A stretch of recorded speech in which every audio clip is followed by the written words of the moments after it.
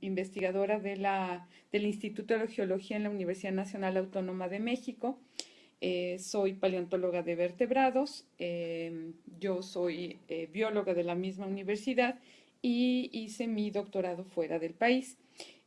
Principalmente a lo que yo me dedico es a paleontología de vertebrados.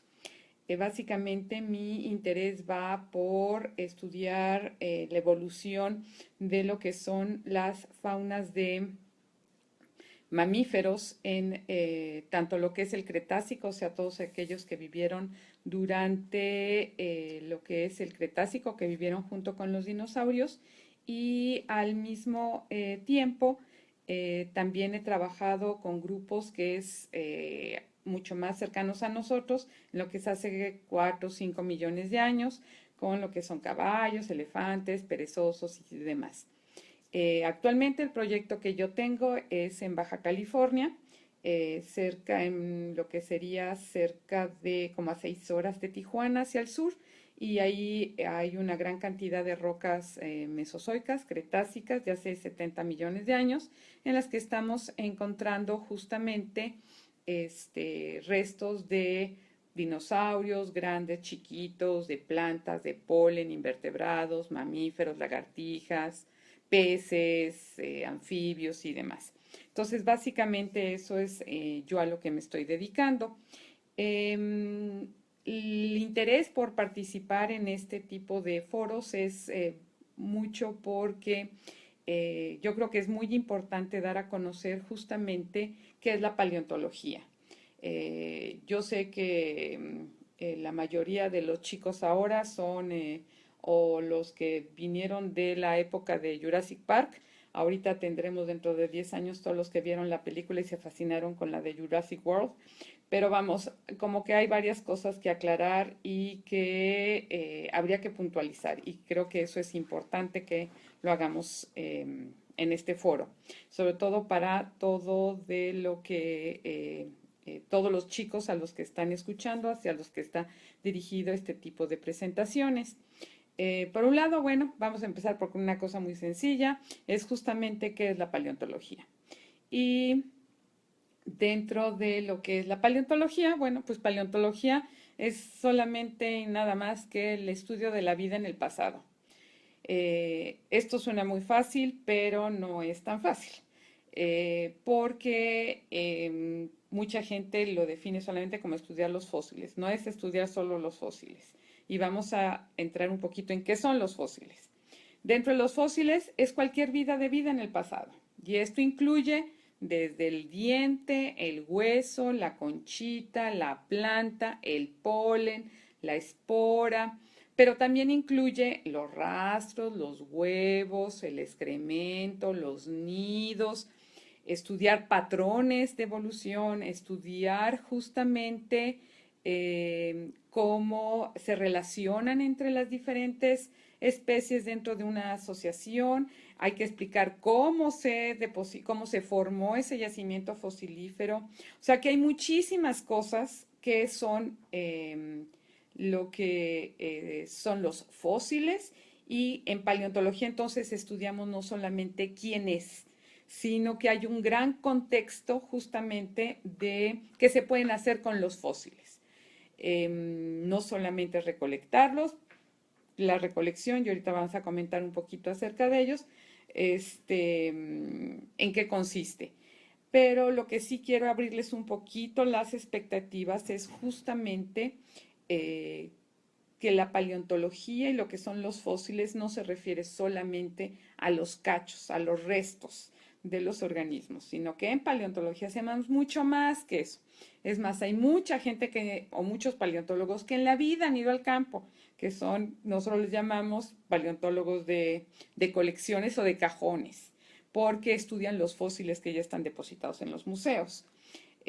Pero estudian otras cosas un poco más teóricas, como puede ser patrones de evolución, cambios morfométricos a lo largo de lo que es el tiempo. O sea, paleontología es sumamente amplio. Cualquier aspecto de vida, de evolución, de historia de la vida, eso es lo que trata justamente lo que es la paleontología. Haciendo este breve, ahora sí que resumen de lo que es la paleontología.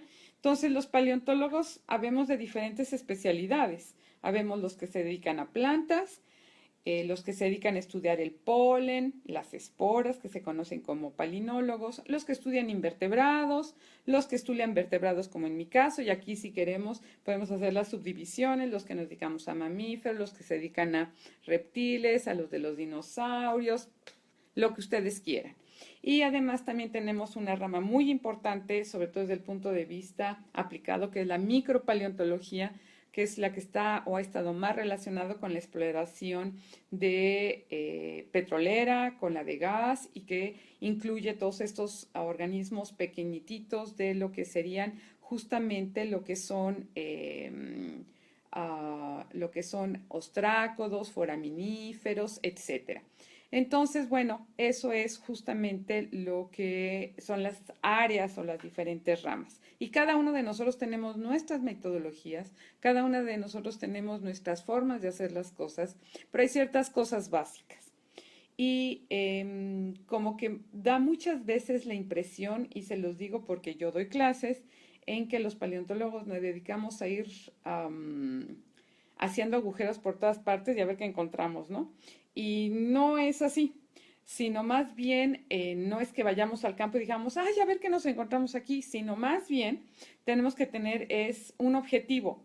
¿Qué vamos a estudiar? ¿Qué queremos estudiar? En mi caso, por ejemplo, ahorita de lo de Baja California, ustedes me pueden preguntar, ¿y por qué estoy en Baja? Bueno, en Baja California a mí me interesa estudiar el Mesozoico, el Cretácico, mamíferos mesozoicos, que en México no hay muchos.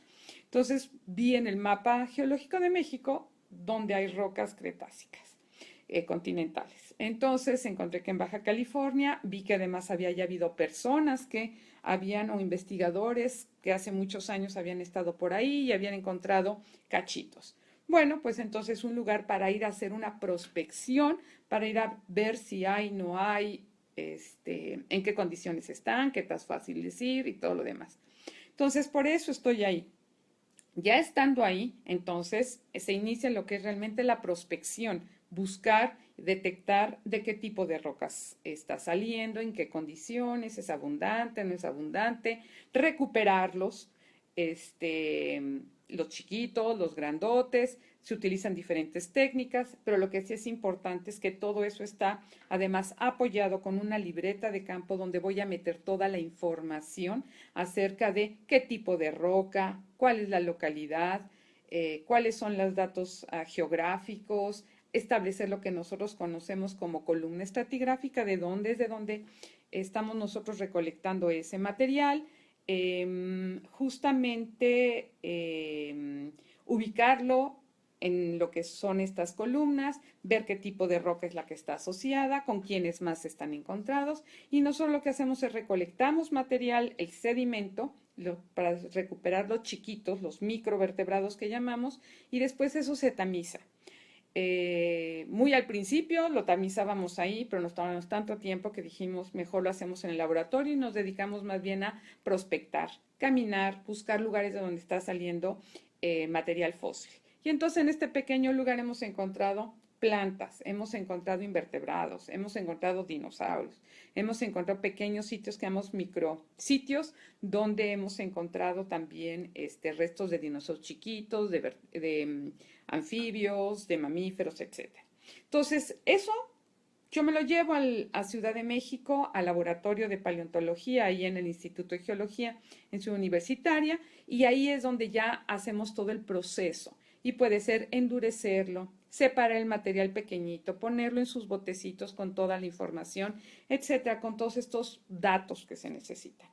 Y en el laboratorio es lo que básicamente se hace, que se consoliden, no hacemos restauraciones, que es lo que muchas veces la gente piensa, poner las partes que le faltan, no. Como quedó, así encontramos en el campo, así se queda. Si es para un museo, porque se quiere una exhibición, ahí quieren que quede más bonito, ahí sí se hace la restauración. Pero si no, lo único que nos interesa a nosotros es que el fósil quede conservado, que pueda quedar la mayor cantidad de tiempo y que se pueda manipular. Con toda esta información, entonces ya el especialista lo puede hacer. Entonces, yo que me dedico a vertebrados, me dedico más a mamíferos o a otro tipo de grupos, bueno, pues entonces ya con ese material utilizo microscopio. Puede haber diferentes técnicas dependiendo en qué condiciones esté el material. Hay gente que utiliza, ahorita se está haciendo mucho el escaneo para ver partes, para no dañar los ejemplares. Se pasa por estos equipos, se hacen tomografías, sacan rayos X. Y las técnicas, además de recuperación del material, son dependiendo de qué tipo de material estemos hablando. Hay colegas que si su material está incluido en rocas calizas, como los peces de Puebla, bueno, pues entonces el material hay que estarlo trabajando en ácido y tarda meses o años en poder sacar el material. Los micropaleontólogos utilizan otras técnicas. Entonces, todos tenemos como diferentes técnicas y creo que eso es muy importante que quede como que claro y que dependiendo al uno que se dedique, pues uno va aprendiendo obviamente las técnicas que se refieren. Obviamente, ¿cómo hago yo la identificación? La mayoría de la gente y muchas, como que hay un sentimiento de que uno lo hace estampita, ¿no? Que uno ve las fotografías y dice, ay, se parece a este, tan, tan, y ya con eso. No, es un poco más complicado que eso, porque hay que hacer comparaciones, hay que hacer descripciones, hay que ir a museos para poder comparar a ver si tenemos lo mismo o no tenemos lo mismo, etcétera. Y con eso, ¿sí? Es una primera parte, es un acercamiento. El que yo tenga identificado a unos fósiles no me dice realmente nada. Después tengo que publicar, pero no solamente puedo decir, ay, tengo esto y tan, tan. Se tiene que poner en un contexto. Y eso es lo importante, además de nuestro trabajo como paleontólogos.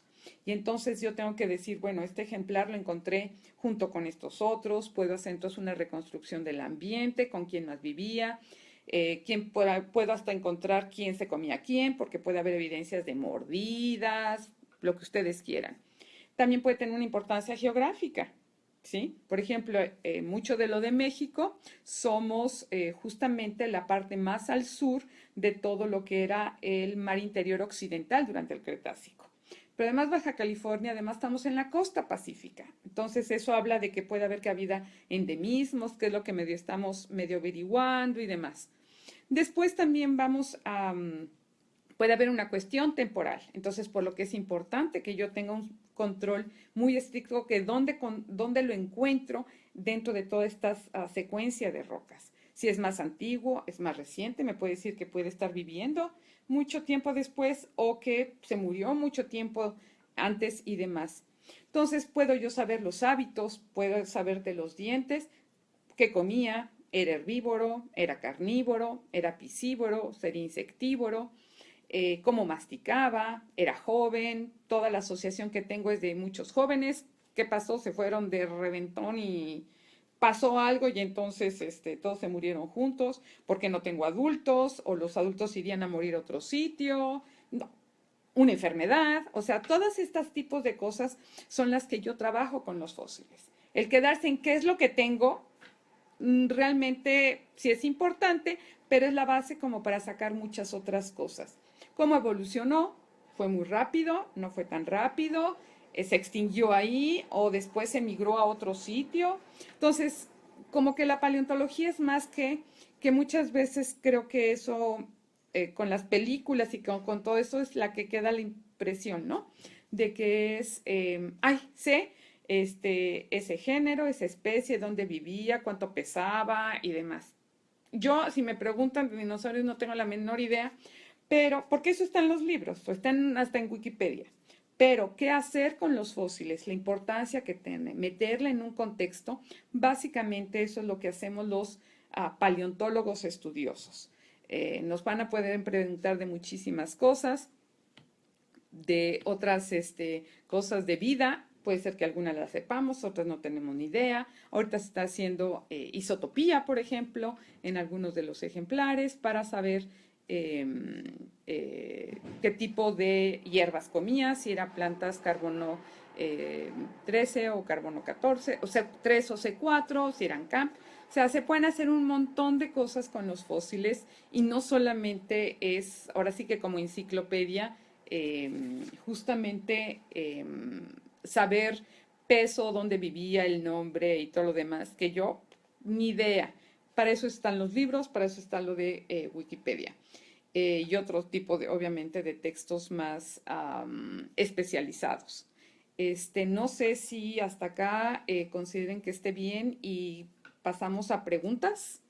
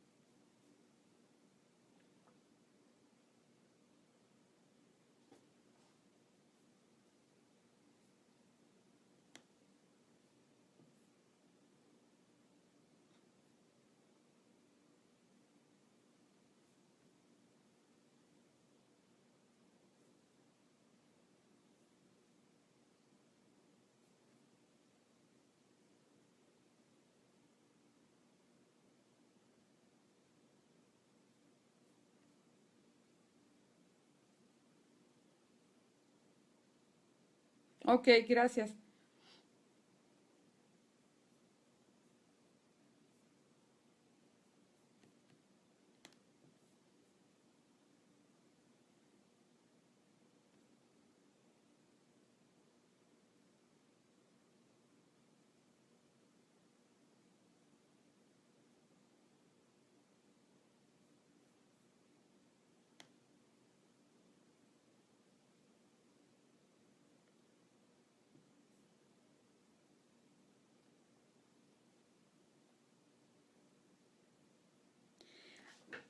Sirenita Guzmán nos pregunta acerca si hay alguna técnica específica para el tratamiento de los fósiles. Es que eso depende de muchísimas cosas. No es lo mismo si estamos hablando, por ejemplo, en el caso de vertebrados, si es, por ejemplo, un hueso de dinosaurio, si es un hueso de caballo, si estamos, por ejemplo, si están los fósiles incluidos en algún tipo de roca y entonces hay que separarlos. Entonces ahí tenemos tantas técnicas mecánicas que le llamamos, entonces para eso utilizamos, sobre todo en vertebrados, utilizamos cierto tipo de equipos que no son nada sofisticados, agujas de disección a veces, lápices neumáticos, brochitas, pero a veces si está incluido en algún tipo de roca como en calizas, se utilizan tratamientos químicos.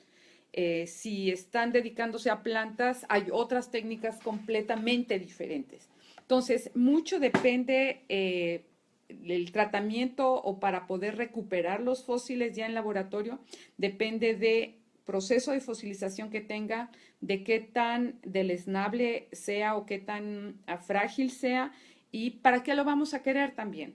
Por ejemplo, durante muchísimo tiempo, y ahorita es uno de los problemas que están habiendo, fósiles que fueron colectados hace, no sé, 30, 40 años, se utilizaban justamente cierto tipo de lacas para que se fósiles. Bueno, la laca no penetraba dentro de lo que son los huesos. Lo que llegó a hacer es que solamente hicieron una capita por afuera como una cáscara, pero por dentro estaba todo poroso, entonces lo están rompiendo y se está deshaciendo todo lo que es el hueso por dentro. También a muchos huesos se les puso esta laca y si quieren hacer dataciones radiométricas están dando edades que no son ciertas. Entonces, como que las técnicas también han ido cambiando porque los materiales han ido cambiando, han ido mejorándose y demás. A ver, déjenme ver qué otra pregunta hay por acá. ¿Hay alguna técnica? ¿En qué era aparecieron los primeros dinosaurios? Ok, los dinosaurios más antiguos que se tienen son desde lo que es el Triásico, que es la primera división de lo que es la era mesozoica. ¿sí? Ahí es donde tenemos a los primeros dinosaurios, los más antiguos, junto con los primeros grupos que van a dar lugar también a los mamíferos. Algo que hay que aclarar y que eso es así como que de las cosas que hay la creencia de que se extinguieron los dinosaurios y aparecían los mamíferos. No, el grupo que dio lugar a los mamíferos apareció al mismo tiempo que el de los dinosaurios. Exactamente, y los dos grupos estuvieron conviviendo juntos durante todo lo que fue el Mesozoico. No sé si hay alguna otra pregunta. A ver, déjenme ver. No. No sé si hay alguna otra pregunta.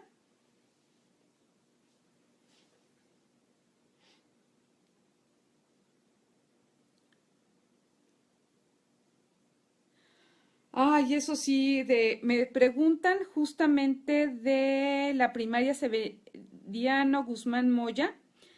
Ah, los fósiles tienen valor. Ah, esa es una pregunta difícil de contestar. En México, los fósiles son patrimonio nacional, son patrimonio federal, y entonces los fósiles no pueden ser, no deben ser, no porque no puedan, no deben ser vendidos ni comprados. Muchas veces en muchos lugares han sido conocidos porque vendían los fósiles, que era una forma de tener dinero y había gente que pagaba por tener esos fósiles. Realmente para los paleontólogos profesionistas, para los que nos dedicamos a eso, nosotros no compramos fósiles.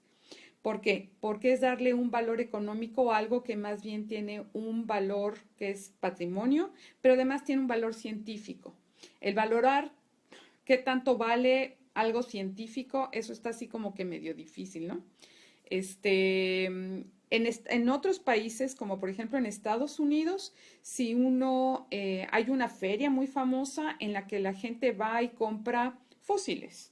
Se venden, hasta hace no mucho, por ejemplo, los huevos de dinosaurio eran así como que se vendían a cada rato. ¿Qué es lo que pasó? Que China empezó a poner trabas también para que pudieran salir fósiles de su país. Entonces ya no se pueden comprar ni vender. Pero hay otros países donde sí se puede. Si son canteras privadas, por ejemplo, en Estados Unidos, pueden vender los fósiles. Entonces, bueno, todavía hay muchas cuestiones de legislación, pero nosotros los que somos profesionistas, no nos sirve que nos digan que compraron los fósiles. Nosotros tenemos que saber de dónde salió, sacarlo, porque si lo sacamos del contexto de qué tipo de roca en la sección, junto con quién más estaba y demás, no tiene ningún valor. Un fósil que no tenga información no tiene ningún valor más que para decir algo así existió en ese lugar y nada más. A ver, aquí hay otra pregunta de Magdalena Deras. ¿En qué se basan los paleontólogos para saber qué tipo de dinosaurios es cuando encuentran un fósil? Bueno, algo que es importante es que, aunque yo no me dedico a dinosaurios, puedo reconocer un dinosaurio y más o menos he aprendido ahí porque tengo colegas que trabajan con dinosaurios. Básicamente en todo lo que hacemos nosotros y nuestro trabajo está basado en lo que es anatomía comparada. Por eso yo puedo saber que es un fémur, que puede ser un número, que puede ser una vértebra, que puede ser una falange, y por anatomía comparada y por correlación orgánica también yo puedo saber si ese hueso es de un dinosaurio o es de un mamífero, o de una lagartija o de una ave. Ya dentro de los grupos hay características. No es lo mismo un fémur de un ceratópido que de un pico de pato, que de un terópodo gigante o chiquito. Se diferencian. Lo mismo que si les comento, ustedes pueden distinguir perfectamente un cráneo de un perro, de una vaca, de un gato, se puede diferenciar, es lo mismo. Nosotros utilizamos muchísimo lo que es la anatomía comparada, y obviamente si nos dedicamos a eso, vamos aprendiendo a poder reconocer los dientes de los diferentes grupos, como es mi caso, o elementos postcranealos de los diferentes grupos. Aquí hay otra pregunta. de Vianney. Entonces, en todos los estados del país hay fósiles, aunque no específicamente dinosaurios. Sí, exactamente. México básicamente es un país muy rico en fósiles marinos, porque durante una gran parte de la historia geológica del país estaba cubierto justamente de agua. Entonces tenemos dinosaurios, básicamente los tenemos en la parte norte del país. Hay algunas partecitas en Michoacán, algo en Puebla. Parece ser que en Chiapas, para ahí todavía no está muy claro, pero son así como cosas muy especiales. Pero si vemos el que quiera dedicarse no sé, invertebrados marinos mesozoicos, en el país hay para aventar para arriba. También de lo que son mamíferos cuaternarios, todo lo que son caballos, mamuts y demás, es de las cosas que se recuperan cuando hay construcciones, cuando están abriendo brechas para hacer pozos, etcétera. O sea, es así como que bastante más común. Creo que hay otra pregunta aquí de Sirenita Guzmán. ¿Cuál ha sido su máximo descubrimiento como paleontóloga? Uy, está difícil. Ah, buscando fósiles yo no soy buena. Soy bastante malita. Tengo por ahí ahora sí que descubrimientos que yo así que encontré fósiles que están muy bien conservados. Uno fue ahorita fue un diente de mamífero ahorita en Baja California, y un diente así grandotote también de un terópodo grande de Baja California. Pero cuando yo era estudiante y me dedicaba a lo que es Plioceno, Pleistoceno, por ejemplo, hemos sacado un gliptodonte que fue muy buena cosa, un mastodonte en Puebla, un Cubrionus ahí por el área de Tepeji de Rodríguez, que, que fue muy importante, pues. A ver, Delia, fantasía zoológica, qué interesante. Entonces, aparte de las excavaciones, ¿de qué otra manera pueden obtener los fósiles? Ok, aquí hay algo que es importante. El trabajo de campo alguien lo tiene que hacer, para que podamos sacando fósiles que están enterrados, que están ocultos. Esto es finito. Los fósiles que se formaron son finitos, o sea, no, acuérdense que tienen que tener más de 10.000 años, entonces es finito. Todo lo que se fosilizó y tan tan. ¿Por qué comenté que no todos los paleontólogos van al campo y que muchos son de cajones? Es porque obviamente hubo expediciones, hubo gente que, si por ejemplo atrás de su casa tenía fósiles, los recuperaba y después los donó a los diferentes museos, a las diferentes colecciones. Antes se hacían grandes expediciones internacionales a diferentes partes del mundo, y la gente y estos se encontraban y recolectaban fósiles y se quedan en los museos. Entonces hay gente que va, o hay especialistas que si están estudiando, no sé, algún grupo, van a diferentes colecciones, diferentes museos, diferentes partes del mundo a ver si hay de eso, o si están registrados, van y es donde los encuentran. Así es como pueden hacer paleontología sin necesidad de ir a hacer excavaciones. Obviamente, en mi personal punto de vista, yo creo que sí es importante que se siga haciendo trabajo de campo, aunque infortunadamente en nuestro país cada vez es más difícil hacerlo por las condiciones de seguridad, pero bueno, todavía hay lugarcitos a los que podemos ir. ¿Ha tenido un huevo de dinosaurio completo? ¿Y de cuál? De Arturo Sánchez. Sí he visto huevos de dinosaurios completos, y lo vi en una exposición en la que había un huevo de dinosaurio chiquito. No me acuerdo. Era de haber sido de un terópodo chiquito, sí. De proyectos colaborativos SMAC, ¿cuánto tiempo se estudia para su carrera? Ay, esa es buena pregunta. Bueno, yo en lo personal Yo estudié biología en la Facultad de Ciencias allí en la UNAM, 4 años, más lo que me tardé en la licenciatura, en la tesis. Después hice 2 años de maestría, después hice 4 de doctorado. Entonces íbamos sumando, ¿qué son? 10 años. Ah, son lo que yo me tardé en estudiar, ¿sí? Pero yo tuve la fortuna que desde licenciatura, que es básicamente lo que pasa, yo ya mi licenciatura la hice en paleontología. Me gustó, entonces me quedé en esa área. Y entonces yo desde que estoy en la licenciatura estoy justamente trabajando en paleontología. Que eso pues depende muchas veces de la gente, ¿no? Y de las posibilidades de uno. Arturo Sánchez pregunta cuánto tiempo duran las expediciones. Depende del dinero, depende del lugar, dependiendo de las condiciones. Por ejemplo, yo hace muchos años cuando empecé de licenciatura, íbamos un mes más o menos, un mes íbamos al campo, al estado de Guanajuato. Alcanzaba el dinero, acampábamos casi todo el tiempo, era seguro, no había ningún problema. Hay gente que va, yo ahorita voy de 2 a 3 semanas, que es para lo que me alcanza el dinero en Baja California, ¿sí? Porque uno tiene que considerar los viajes, tiene que considerar el traslado, la disponibilidad de la gente y demás. Dependiendo de de los viajes, dependiendo del apoyo financiero, dependiendo qué tanta gente. Por ejemplo, una vez nos cayó un diluvio, cayó una tromba que no nos quedó de otra más que quedarnos porque no podíamos salir del lugar. De haber podido, nos hubiéramos ido antes porque los 2, 3 días que nos quedamos después de eso prácticamente no pudimos hacer nada.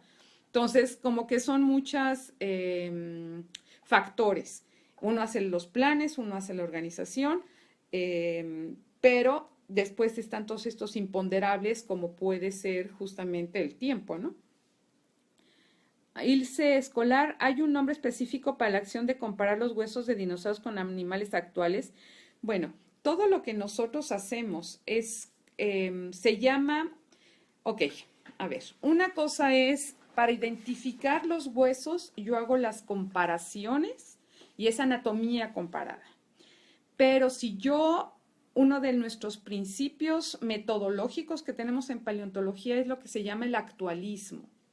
Entonces, es lo que hacemos nosotros de comparar los organismos del pasado con lo actual, ¿sí? Y se basa en que justamente el pasado es la clave del presente, sí. O sea, que el presente es la clave del pasado, en el que aquí como lo vemos ahora, o sea, para volar no puede uno no tener alas o no puede uno, o sea, no se puede masticar si uno no tiene dientes. Entonces, si uno encuentra un organismo que no tiene dientes, lo más seguro es que no podía masticar, tendría que tragarse las cosas. Entonces, nosotros utilizamos ejemplos actuales para tratar de entender el pasado, pero hay las limitaciones, como por ejemplo, todos aquellos, y el caso es uno de los dinosaurios, justamente por los grandes tamaños que tenían y que alcanzaban, no hay nada con lo que lo podamos comparar actualmente. Nada. No puede ser con un elefante ni con una ballena, porque son mamíferos, porque uno es acuático, porque el otro es cuadrúpedo y no alcanzan ni esos tamaños y la fisiología debió haber sido diferente. Entonces, sí hay unas limitaciones en este principio de actualismo, justamente por eso. Porque si no tengo la contraparte actual, hacer las extrapolaciones, depende de qué. Lo mismo pasa con trilobites, que se extinguieron en el Paleozoico y no hay la contraparte ni dejaron descendientes. Con los artrópodos sí, pero hay limitaciones y eso es algo con lo que hay que tener cuidado. Hay otra pregunta, dice Ilse, dinos, ¿qué les recomienda a los chicos que sean interesados en estudiar paleontología? Pues bueno, hay que estudiar mucho, hay que estudiar biología y hay que estudiar geología. Son las dos áreas en las que nos convergen y hay que tener las dos áreas como muy bien integradas. Hay paleontólogos que se dedican más a la parte biológica, que son los paleobiólogos, los que hacen extinciones, patrones de evolución y todo este tipo de cosas. Pero, ¿qué es lo que pasa con ellos? Ellos también tienen que saber algo de geología, de cómo se encuentran, de los registros. Y ahorita, por ejemplo, algo que se está dando mucho es la gente que está estudiando cuestiones moleculares, ¿sí? Entonces, ¿qué es lo que vemos nosotros? Que con esta cuestión molecular también está habiendo otro tipo de disciplinas que se están integrando a esto, ¿sí? ¿Qué herramientas se utiliza para tratar a los fósiles? Hoy, ay, sí, perdón, pero no entiendo bien la pregunta. ¿De qué se trata? Otra pregunta, ¿cuánto tiempo dura la carrera y en dónde se puede estudiar? No existe la carrera de paleontología. Tiene que ser biólogo o geólogo y ya después uno como que se va especializando. ¿En qué país o continente se han descubierto más fósiles? Hay una sesgo muy grande por todo lo que son los países de América del Norte, del hemisferio del norte. Europa, Asia, Estados Unidos, Canadá. Si lo comparamos con todos los del hemisferio sur, ¿sí? Justamente es por la cantidad de gente que se ha dedicado a estudiarlos, por la cantidad de dinero que ha habido para estudiarlos, la cantidad de especialistas que se han dedicado a eso y demás. Felipe Pescador, tiempo completo. Soy Alejandra. ¿En qué se basan los investigadores para buscar fósiles en un determinado lugar? Por alguna parte, en una forma es, tengo que tener yo cierto tipo de roca para poderla encontrar. Yo no voy a ir a buscar fósiles en basaltos, ¿sí? Y también para eso entonces necesito reconocer tipos de rocas que básicamente van a tener que ser sedimentarias y tener un poquito de información acerca de que esas rocas de qué edad son. ¿Los huesos encontrados tienen olor? No. ¿Cuánto tiempo se puede conservar un fósil? Pues tenemos los fósiles que se formaron desde que se originó desde que se originó la vida en la Tierra, ¿sí? 3.500 millones de años, ¿sí? ¿Hay universidades en México donde se estudia la carrera de paleontología? Nope. ¿Alguna anécdota extraordinaria que le haya pasado en su carrera? Pues yo creo que muchas. Cada expedición tenemos siempre alguna anécdota o tenemos algo que recordar de cómo se encontraron los fósiles, cómo los encontramos, quién los encontró, etcétera. Siempre hay algún recuerdo de cada una de las expediciones en las que he participado. ¿Qué tipo de fósil es el que más se ha encontrado? ¿Es el que más se ha encontrado? ¿En dónde? En México son los marinos, si es que es esa la pregunta. Creo que ya no hay más preguntas. No sé si quieren que con esto del comentario acerca de lo que considero de la opinión acerca de este tipo de experiencias.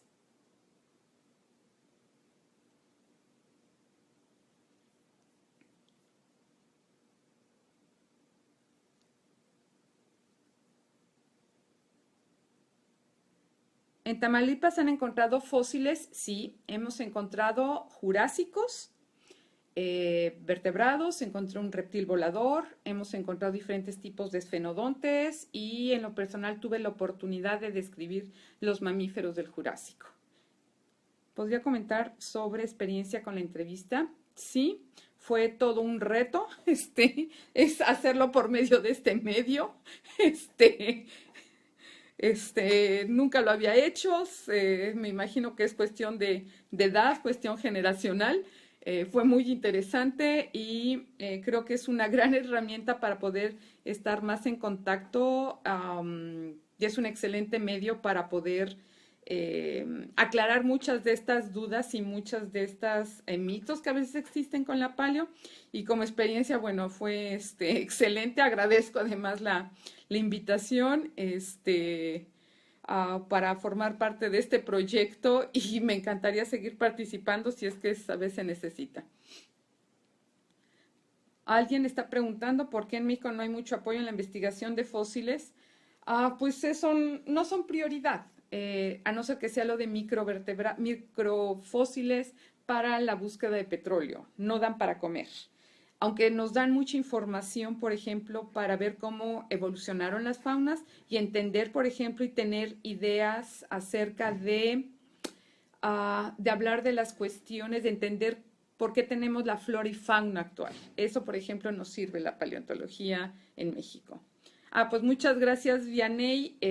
Agradezco la invitación y reitero que por ahí ya me tienen contacto en Facebook por cualquier cosa, alguna otra duda que puedan tener.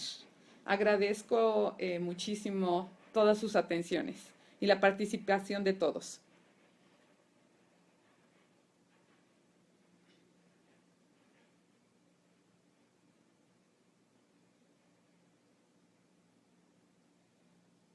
Desde luego. Ok, no, pues muchísimas gracias a ustedes por estar al pendiente.